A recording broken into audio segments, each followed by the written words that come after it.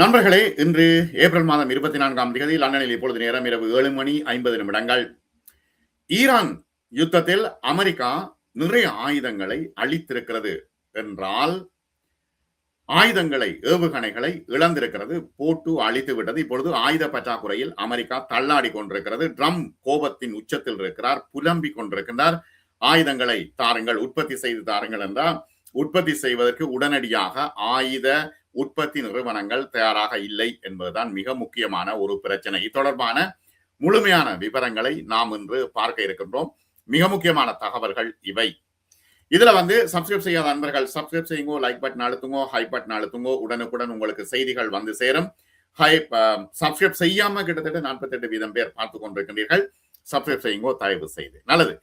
இது முக்கியமான ஒரு விஷயம். நியூயார்க் டைம்ஸ் ஒரு பெரிய ஆர்டிகலை வெளியிட்டிருக்கிறது. அது தொடர்பான முழு விவரங்களையும் நான் உங்களுக்கு இன்று தரப்போகின்றேன். என்ன பிரச்சனை நடக்கிறது என்று.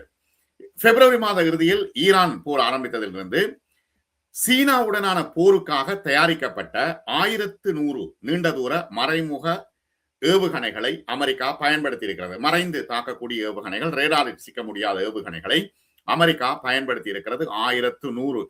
இதுல நீங்க யோசிக்க வேண்டிய விஷயம், சீனாவுடனான போருக்கு, ஏன் தாய்வானுக்கு சீனா அடித்தால் சீனாவுக்கு அடிக்கிறதுக்கு தான் இவர்கள் தயாரித்தார்கள் என்பதுதான் இங்கே முக்கியமான ஒரு விஷயம். இது அமெரிக்க கையிருப்பில் உள்ள மொத்த எண்ணிக்கைக்கு சமமாக இருக்கிறது. அதாவது 1100 இங்கே அவர்கள் பயன்படுத்தி விட்டார்கள். சரியாக எல்லாம் முடிந்து போய்விட்டது. ராணுவம் 1000க்கும் மேற்பட்ட டோமோஹாக் ஏவுகணைகளை வீசி இருக்கிறது ஈரான் மீது. அப்ப எவ்வளவு பெரிய அழிவு ஈரானுக்கு ஏற்பட்டிருக்கும் என்பதை இதன் மூலம் நாங்கள் பார்க்கக்கூடியதாக இருக்கும். தற்பொழுது ஒவ்வொரு ஆண்டும் அமெரிக்காவினுடைய பென்டகன் வாங்குகின்ற ஏவுகணை ஆயுத எண்ணிக்கையில் கிட்டத்தட்ட 10 மடங்கு அதிகமாக இவர்கள் பயன்படுத்தி விட்டார்கள். மிகப்பெரிய பற்றாக்குறையாக இருக்கிறது. ஆகவே அமெரிக்காவினுடைய தோல்வி இங்கே தெளிவாக தெரிகிறது. ஈரான் தாக்குப்பிடித்தது மிகப்பெரிய விஷயம் என்று பாதுகாப்புத்துறை வல்லுநர்கள் குறிப்பிடுகிறார்கள். பாதுகாப்புத்துறையின் மதிப்பீடுகள் மற்றும் நாடாளுமன்ற அதிகாரிகளின் கூற்றுப்படி இந்த போரில் பென்டகன் $4 மில்லியன் அதிகமான விலையில் 1200க்கும் மேற்பட்ட பேட்ரியாட் இடைமறிப்பு ஏவுகணைகளை வாங்கியிருக்கிறது. 1000க்கும் மேற்பட்ட துல்லிய தாக்குதல்கள் PS மற்றும் ATACMS தரைவழி ஏவுகணைகளையும் பயன்படுத்தி இருக்கிறது. இதனால் கையிருப்பு குறைந்து விட்டது, கிட்டத்தட்ட இல்லாமலாகிவிட்டது என்பதுதான் பிரச்சனை. இன்னும் ஒரு போர் வந்தால் என்ன செய்ய போகின்றார்கள் என்பது மிகப்பெரிய கேள்வி. அதனால் தான் அமெரிக்கா ஈரானிடம் கெஞ்சி, பாகிஸ்தானிடம் கெஞ்சி யுத்த நிறுத்தத்தை தற்பொழுது மேற்கொண்டு வருகிறது. காலவரையறையற்ற யுத்த நிறுத்தம் என்றால் அடிக்கிறதுக்கு ஆயுதங்கள் இல்லை. ஈரான் போர் அமெரிக்க ராணுவத்தின் ஆயுத கையிருப்பில் பெரும் பகுதியை கணிசமாக குறைத்திருக்கிறது. இதை நீங்க பாருங்க. உலகளாவிய ரீதியில் வைத்திருந்த ஆயுதங்கள் இங்கே கொண்டு வரப்பட்டிருக்கின்றன. ஆசியா மற்றும் ஐரோப்பாவில் உள்ள கட்டளை மையங்களில் இருந்து குண்டுகள், ஏவுகணைகள், ஆயுத தளவாடங்களை மத்திய கிழக்குக்கு அவசரமாக அனுப்பும்படி பென்டகன் நிர்பந்தித்தது. படை குறைப்புகள், ரஷ்யா மற்றும் சீனா போன்ற சாத்தியமாக எதிர்கொள்ள வேண்டிய எதிரிகள் என்று அமெரிக்கா சொல்கிறது. அவர்களை எதிர்கொள்ள இந்த பிராந்திய கட்டளை தலைமையகங்கள் தயாரற்ற நிலையில், கையறு நிலையில் விடப்பட்டிருக்கின்றன. மேலும் இந்த ஆயுத தட்டுப்பாடுகளை சமாளிக்க, உற்பத்தியை அதிகரிக்க வழிகளை கண்டறிய அமெரிக்காவை கட்டாயப்படுத்தி இருக்கிறது என்று ட்ரம்ப் நிர்வாக மற்றும் நாடாளுமன்ற அதிகாரிகள் சொல்கின்றார்கள். ட்ரம்ப் சொல்கின்றார், உடனடியாக ஆயுதங்களை தயாரிக்கணும்னா எப்படி தயாரிக்கிறது? ஆண்டு கணக்கு வேணும் இந்த ஆயுதங்களை தயாரிப்பதற்கு. இந்த மோதல் பென்டகன் என்ன செய்ய, அதிக விலை கொண்ட ஏவுகணைகள் மற்றும் வெடிமருந்துகள், குறிப்பாக வான் பாதுகாப்பு இடைமறிப்பான்கள், இதுதான் மிகப்பெரிய செலவு.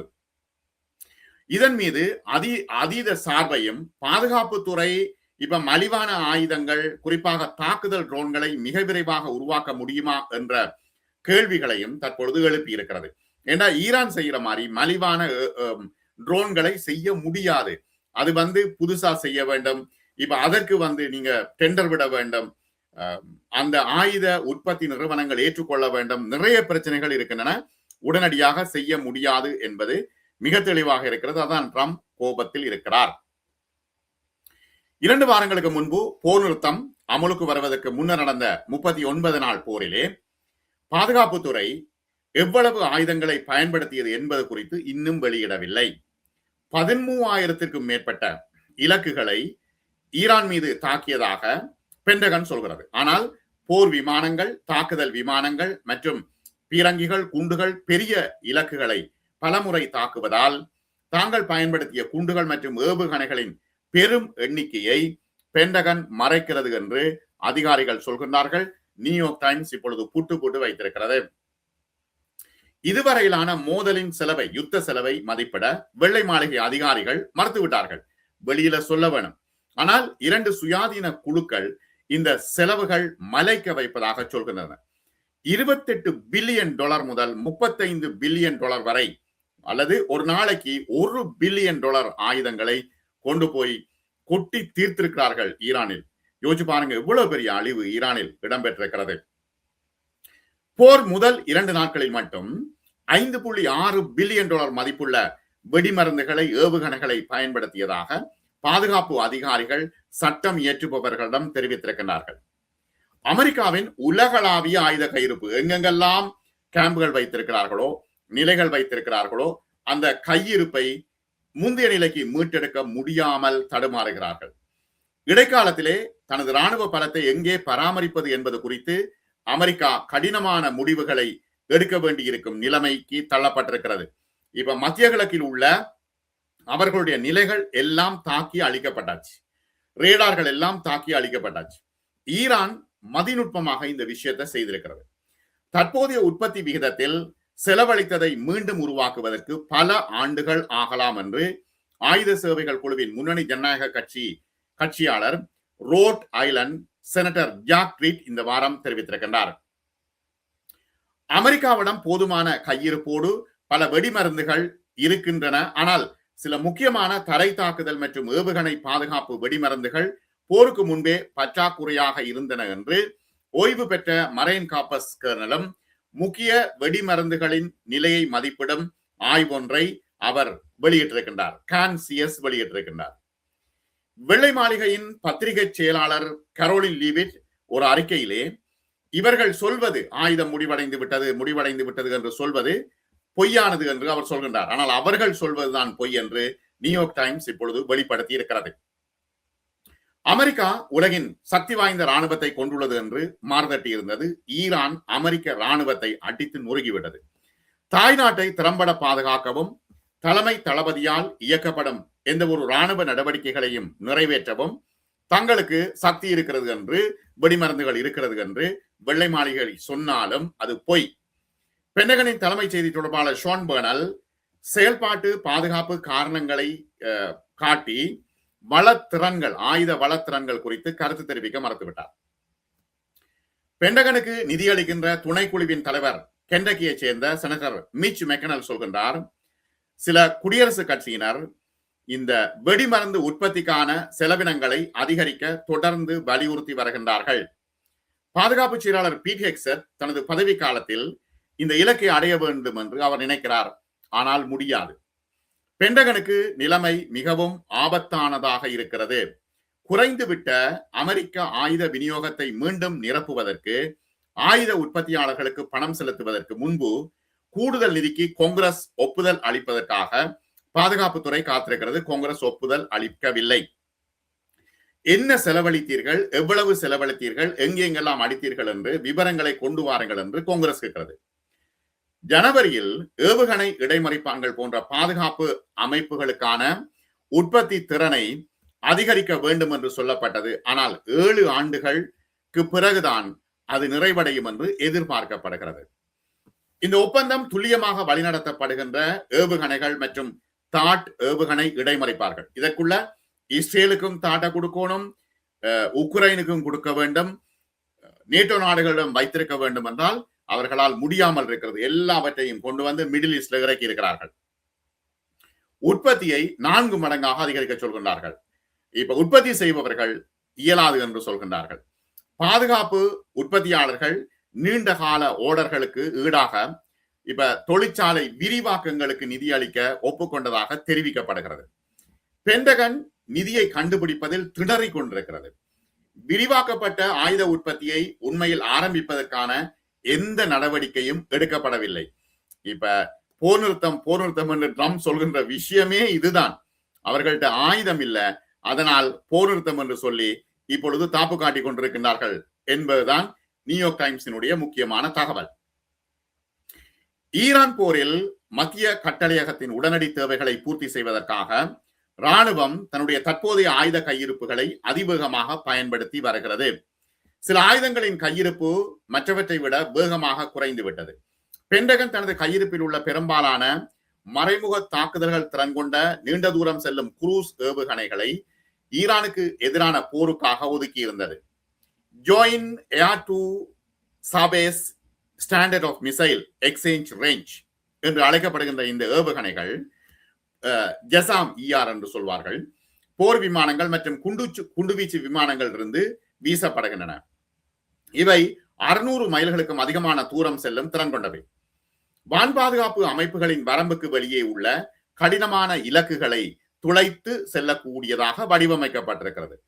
இது போர் ஆரம்பித்ததிலிருந்து அமெரிக்கா 1100 ஜசாம் ER ஏவுகணைகளை பயன்படுத்தியிருக்கிறது. ஒவ்வொன்றின் விலை எவ்வளவு தெரியுமா? $1.1 மில்லியன் ஒன்றுக்கு. இதனால் ராணுவத்தின் கையிருப்பில் இப்பொழுது 1500 ஏவுகணைகள் மட்டுமே எஞ்சியுள்ளன என்று பென்டகன் சொல்கிறது. அமெரிக்க ராணுவ மற்றும் இரகசியமான போர் மதிப்பீடுகளை பற்றி விவாதிப்பதற்காக பெயர் குறிப்பிட விரும்பாத ஒரு நாடாளுமன்ற அதிகாரி தெரிவித்திருக்கின்றார். அப்ப இதை வைத்துக் கொண்டு வேற ஒரு போர் வந்தா என்ன செய்யறது என்ற அடுத்த பிரச்சனை. அப்ப இப்ப சீனாவும் ரஷ்யாவும் தெரியும். சீனா தாய்வான் பிரச்சனையில சீனாக்கு அடிப்பதற்காகத்தான் இந்த ஏவுகணைகளை இவர்கள் தயார் பண்ணி வைத்திருந்தார்கள். அது முடிந்து விட்டது.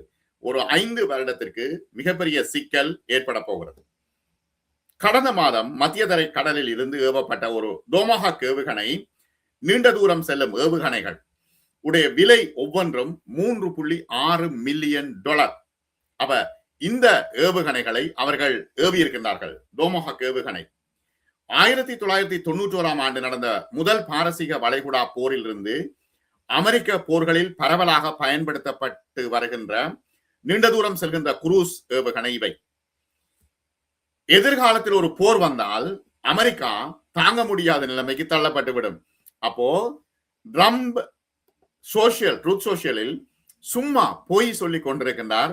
ஈரானை வெரட்டி கொண்டிருக்கிறார். அடிக்க போகின்றோம், கற்காலத்துக்கு கொண்டு போகின்றோம் என்றெல்லாம் அவர் வெரட்டி கொண்டே இருக்கிறாரே தவிர உண்மையாக அவர் போருக்கு தயாராக இல்லை. அவர் தோல்வி அடைந்து விட்டார். ஆபரேஷன் எபிக் ஃபியூரியில் டோமாஹாக் மற்றும் பிற ஏவுகணைகளுக்காக அதிக அளவில் செலவழிக்கப்பட்டிருக்கிறது. இது மேற்கு பசிபிக் பகுதியில் அமெரிக்காவுக்கு பல அபாயத்தை உருவாக்கி இருக்கிறது. CSIS ஆய்வு முடிவு செய்திருக்கிறது. இந்த ஆய்வின்படி கையிருப்பு 3000 ஏவுகணைகள் இருந்தாலும் போதாது என்று அவர்கள் நினைக்கிறார்கள். பெட்ரியாட் இடைமறிப்பு ஏவுகணைகள் ஒவ்வொன்றும் கிட்டத்தட்ட $4 மில்லியன் செலவு. அமெரிக்கா 2025ஆம் ஆண்டுல 600 ஏவுகணைகளை தான் உற்பத்தி செய்தது. அவ்வளவு செலவு. பென்டகனின் உள் மதிப்பீடுகள் இப்ப 1200க்கும் மேற்பட்டவை பயன்படுத்தப்பட்டிருப்பதாக தெரிகிறது. ட்ரம்ப் நிர்வாகத்தின் பொழுது பென்டகன் மூத்த அதிகாரியாக இருந்த எலைன் மெக்சர் தொகுத்த அமெரிக்கா என்டர்பிரைசஸ் இன்ஸ்டிடியூட்டின் மொத்த ஆய்வின்படி ஒட்டுமொத்தமாக இதுவரையிலான போரின் செலவு $25 பில்லியன் முதல் $35 பில்லியன் வரை இருக்கிறது. CSIS அமைப்பை சேர்ந்த கன்சியஸ் சொல்கின்றார் 28 பில்லியனு கிட்ட செலவாகி இருப்பதாக இன்னும் ஒருவர் சொல்கின்றார். சேதமடைந்த அல்லது அழிக்கப்பட்ட விமானங்களால் ராணுவம் எதிர்பாராத செலவுகளையும் சந்தித்தது. ஈரானால் சுட்டு வீழ்த்தப்பட்ட விமானப்படை அதிகாரிகளை மீட்கும் கடற்படை சீல் டீம் 6 நடவடிக்கையின் பொழுது தற்காலிக விமான ஓடு பாதையில் ஈரமான மணலில் விமானங்களின் முன் சக்கரங்கள் சிக்கிக் கொண்டதால் ராணுவம் 2 MC-130 சரக்கு விமானங்களையும் அவற்றுக்குள் இருந்த 3 MH-6 ஹெலிகாப்டர்களையும் அழிக்க வேண்டியிருந்தது. அவர்கள் அழித்து போட்டுதான் வெளியில வந்தார்கள். ஏனென்றா அவர்களை மேல தூக்க முடியல. இழந்த விமானங்களின் மொத்த செலவு எவ்வளவு தெரியுமா? $275 மில்லியன் என்று கான்சியன் மதிப்பிட்டார். இறுதியில் 3 மாற்று விமானங்கள் அந்த விமானப்படை வீரரையும் கமாண்டர்களையும் பாதுகாப்பாக ஏற்றி சென்றன. ஆனால் அந்த விமானங்களில் உள்ள முக்கியமான தொழில்நுட்பம் ஈரானியர்களின் கைகளில் போவதை பென்டகன் விரும்பவில்லை, அதனால் அழித்தது. இவ்வளவு பெரிய அழிவு. குறைந்து வரும் ஆயுத கையிருப்புகளின் அழுத்தத்தை அனைத்து பிராந்திய ராணுவ தளபதிகளும் இப்பொழுது உணர்கிறார்கள். ஐரோப்பாவில் ரஷ்யாவின் ஆக்கிரமிப்பிலிருந்து நேட்டோவின் கிழக்கு எல்லையை பாதுகாப்பதற்கு அவசியமான ஆயுத அமைப்புகளில் இந்த போர் காரணமாக குறைபாடு ஏற்பட்டுள்ளதாக தி நியூயார்க் டைம்ஸ் ஆய்வு செய்த பென்டகன் தகவல்கள் தெரிவிக்கின்றன. அங்கேயும் பிரச்சனை. கண்காணிப்பு மற்றும் தாக்குதல் ட்ரோன்களின் இழப்பு ஒரு தீவிரமான பிரச்சனை. ஈரான் போரின் தேவைகள், பயிற்சிகள், ஒத்திகைகள் குறைந்திருக்கின்றன. ராணுவ அதிகாரிகளின் கூற்றுப்படி ஐரோப்பாவில் தாக்குதல் நடவடிக்கைகளை மேற்கொள்ளும் திறனையும் ரஷ்யாவுக்கு தாக்குதல்களை நடத்தக்கூடிய சாத்தியமான திறனையும் இப்பொழுது பாதிக்கப்பட்டிருக்கிறது. அமெரிக்கா பாதிக்கப்பட்டிருக்கிறது. ஏனெனில் ட்ரம்பினுடைய திட்டமிடாத போரின் காரணமாக இந்த பெரிய பிரச்சனை வந்திருப்பதாக அவர்கள் தெரிவிக்கின்றார்கள். ஈரானுக்கு எதிரான அதிபர் ட்ரம்பின் இந்த நடவடிக்கைகளுக்கு ஆதரவாக யுஎஸ் சென்காம் தாங்கள் ஆதரவை வழங்குவதாக தெரிவித்திருக்கின்றார்கள். ஆனால் இது மிகப்பெரிய தாக்கத்தை ஏற்படுத்தி இருக்கிறது. இந்த தாக்கம் ஆசியாவில் உள்ள துருப்புக்கள் மீது ஏற்பட்டிருக்கிறது. அவர்களுக்கு மன உளைச்சல் வந்திருக்கிறது.